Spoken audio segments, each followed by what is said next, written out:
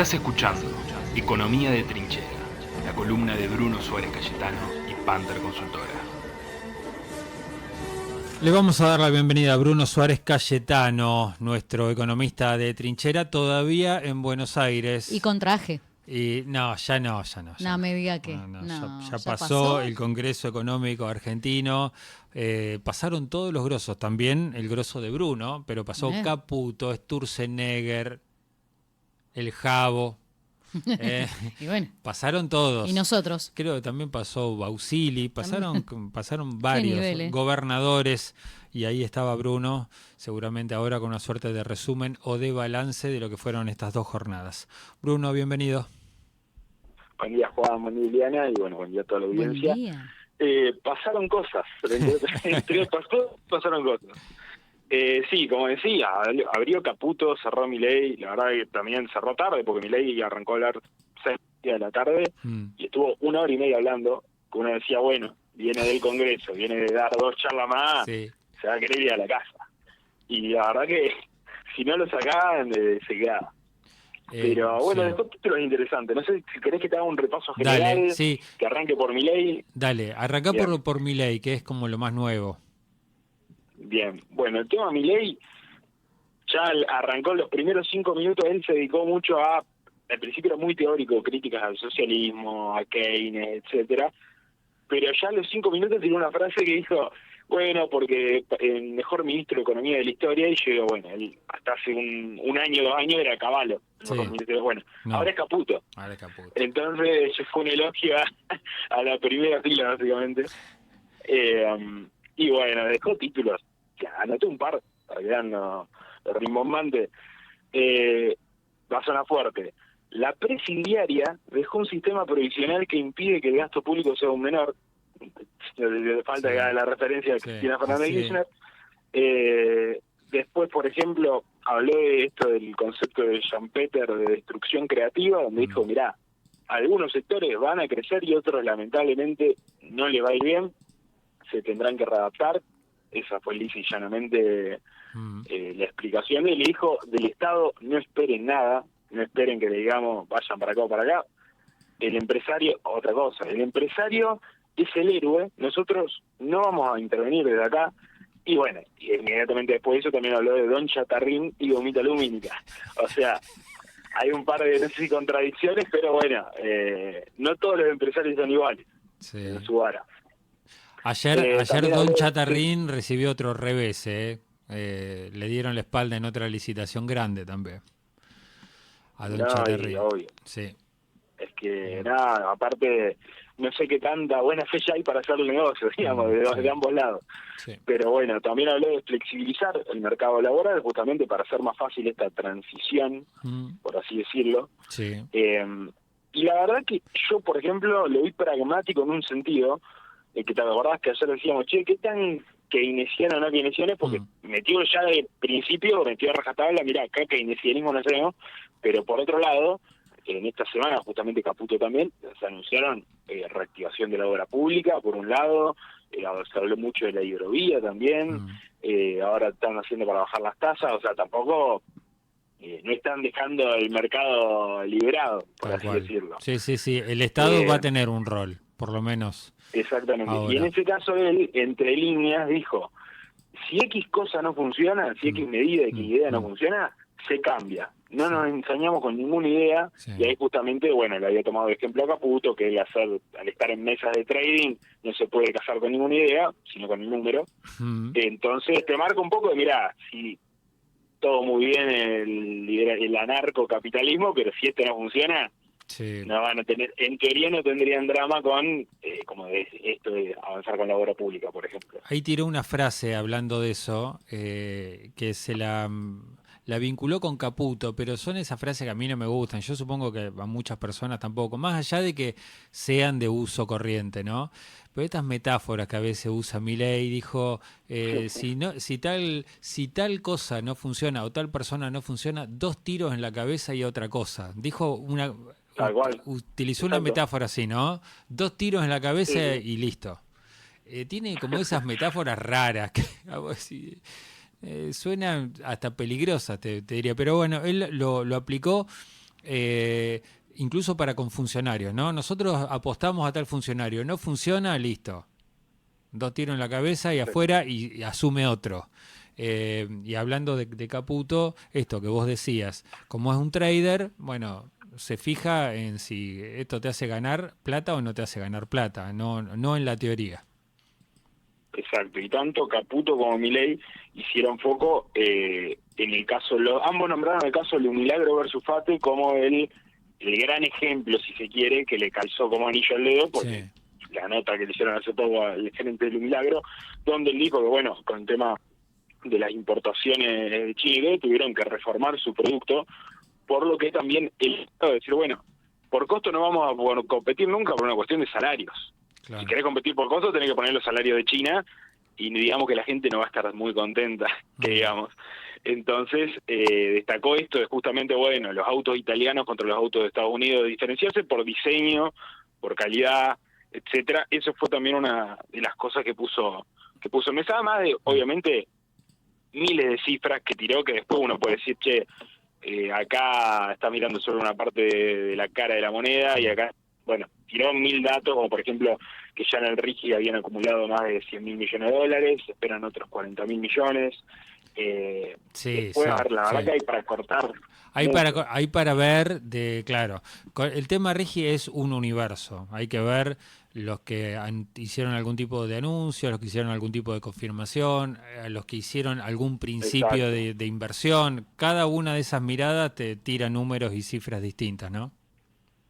Exacto, y aparte también hablaron muchos dueños de cámaras empresarias, de la construcción, de distintas áreas básicamente, y por ejemplo, Gustavo Idibras dijo, por ejemplo, hay plata para hacer nuevos puertos en la hidrovía, esto es información, pero muchos estaban esperando por estabilidad de largo plazo, o sea, hay mucha gente que todavía no está poniendo la plata por una cuestión que dice, bueno, yo quiero esperar. El tema es que acá el gobierno necesita fondos de acá 1 año, de acá 2 años. No le sirve que alguien espere 6, 7 años para ver si se mantiene el mismo rumbo. Eso es un poco lo que decían todos. ¿Sabes? Yo ahí en ese razonamiento de los empresarios veo siempre un riesgo. Yo entiendo el razonamiento. Bueno, vos tenés que poner plata a lo largo de 10 años y vos querés estabilidad por esos 10 años. Pero la democracia no funciona así. Digo, ahí hay como una diferencia entre lo que requiere el empresariado y la democracia, porque vos la única manera de garantizar que durante 10 años o 12 años vas a tener una misma persona en el poder es una autocracia. Nadie te va a garantizar que no se va a cambiar el poder a lo largo de 4 años. Es raro, ¿viste? Yo lo entiendo y lo escucho muy seguido. Dicen, bueno, acá tiene que haber una garantía. Bueno, evidentemente tiene que haber una garantía de acuerdo entre partidos, porque vos no vas a pretender que un gobernante, que es el que te asegura esas condiciones, esté 15 años en el poder. Si no, tenés un Orbán. Pero bueno. Exacto. No, yo creo que lo que buscan es también alguien, como todavía tampoco hay un líder claro en la oposición, yo creo que lo que están buscando es decir, bueno, que salga alguien del otro lado que diga, bueno, mira, yo voy en contra de mi ley, pero esto y esto lo voy a mantener. Está bien. Como por lo menos para decir, por otro ejemplo, una de las cosas que se mantuvo, charlé con varios y se compartía de la Expo EFI, era que, por ejemplo, durante los 2 días no se habló tanto de inflación, por ejemplo, no se habló tanto de de temas de costos que se hablaba en otro momento, sino que se habló más de temas de exportación, de temas más de fondo, si querés, o de rumbo, y que ahí es donde tanto economistas más partidarios a este gobierno como economistas mucho más críticos, todos compartían que el rumbo era así, el tema de lo que dijimos ayer, es decir, bueno, a ver, ¿con qué velocidad vamos? ¿Con qué velocidad, con qué planificación? ¿Vamos porque vamos para allá y le mandamos? ¿O miramos los indicadores, che, mirá que de acá a 10 kilómetros te quedas sin nafta, mirá que esta rueda está pinchada? O sea, es un poco ver, por ejemplo, había un economista que miraba el tema de las alertas, esto del famoso semáforo de, alerta roja, amarilla, verde. Veía algunas en verde, obviamente, en amarillo el tema tasas hasta ahí, el tema tasas, por ejemplo, obviamente desde el gobierno te están diciendo que las tasas están bajando y que van a ir a la baja en todo el año. Bueno, algunos economistas dicen yo no veo una baja de tasas este año. También va a depender, viste que siempre depende del contexto mundial, obviamente, a ver si Estados Unidos baja tasa o no baja tasa, pero más allá de eso, hay una alerta roja, y acá coincidió también toda la expo, sin importar el expositor, que era el tema empleo. Recordemos que el empleo no solo está afectado por la situación económica y, si se quiere, el modelo de país que se está llevando, de sectores que hoy están en caída, que eran más de empleo masivo, por así decirlo, que consumen más empleo, contra, bueno, minería y energía, que si bien obviamente necesitan empleados, necesitan gente que esté ahí, no es la cantidad que se necesita para otros rubros. Ahora, más allá de eso, lo afecta un contexto global, que un expositor, por ejemplo, mostraba un gráfico donde se veía, a partir de la llegada de ChatGPT, que hoy por hoy ya es de moneda corriente porque lo conocen todos, a partir de eso el PBI fue creciendo, pero todo lo que tiene que ver con el empleo fue decreciendo. Claro. O sea, estamos hablando de, me suena rara la palabra apocalíptico, pero estamos hablando de un escenario donde, a ver, va a haber más riqueza, pero va a haber menos empleo. Entonces, en países del mundo donde no tienen tantos problemas como en la Argentina, ya se están empezando a discutir, decir, che, ¿qué tiene que hacer el gobierno? Darle un bono a la gente, si va a haber más plata en teoría, pero no va a haber tantos empleos. ¿Qué va a pasar? ¿Le tenés que dar un bono? ¿Le tenés que dar un salario? Que siempre se ha discutido, hace años que se discute el salario mínimo universal. O que trabajen menos horas. Exacto, que en un momento uno diría, pero pará, eso es lo que propone Grabois. Bueno, a ver, Grabois tendrá otros intereses porque fue antes de la inteligencia artificial. Claro. Pero hoy puede ser una opinión, a ver, depende cómo lo fundamente y depende del contexto y todo. En Argentina justamente hay que solucionar un par de cosas antes, pero son cosas que ya se están discutiendo. Entonces eso es clave para entender también el panorama, que el empleo es una variable que te va a condicionar de acá a 2-3 años. Bruno, ayer vos dijiste, eran todas expectativas, ¿no? Porque todavía no había hablado el presidente de la Nación, Javier Milei, pero estábamos hablando de, bueno, ¿cómo lo van a recibir al presidente? ¿Con mucho aplauso? ¿Con cara rara? Por lo que leí, le sacó el primer aplauso ahí nomás, rapidito, a los al auditorium, a los minutos, a los 2 o 3 minutos ya le sacó el primer aplauso. Sí, exacto. Había más gente que el primer día, recordamos que fueron 2 días la expo. El primer día te dejaban pasar si entraba, por favor, obviamente. El segundo ya había detector de metales, hubo operativo anti-explosivo, básicamente, con perros. O sea, ya había algo más presidencial, o sea, se notaba que iba a suceder algo. Mucha gente fue por eso también. El auditorio lleno, el auditorio llegaría casi 2.000 personas. Y la verdad que sí, a ver, en un contexto donde mucha gente tal vez esté enojada por lo que le puede haber tocado en su sector, que está pasándola mal con el presidente, yo no creo que mucha gente enojada con el presidente ya ver al presidente, ¿se entiende? Está bien, sí. O sea, ya de ahí por sí tenés un sesgo que te va achicando el margen de abucheo, suponete.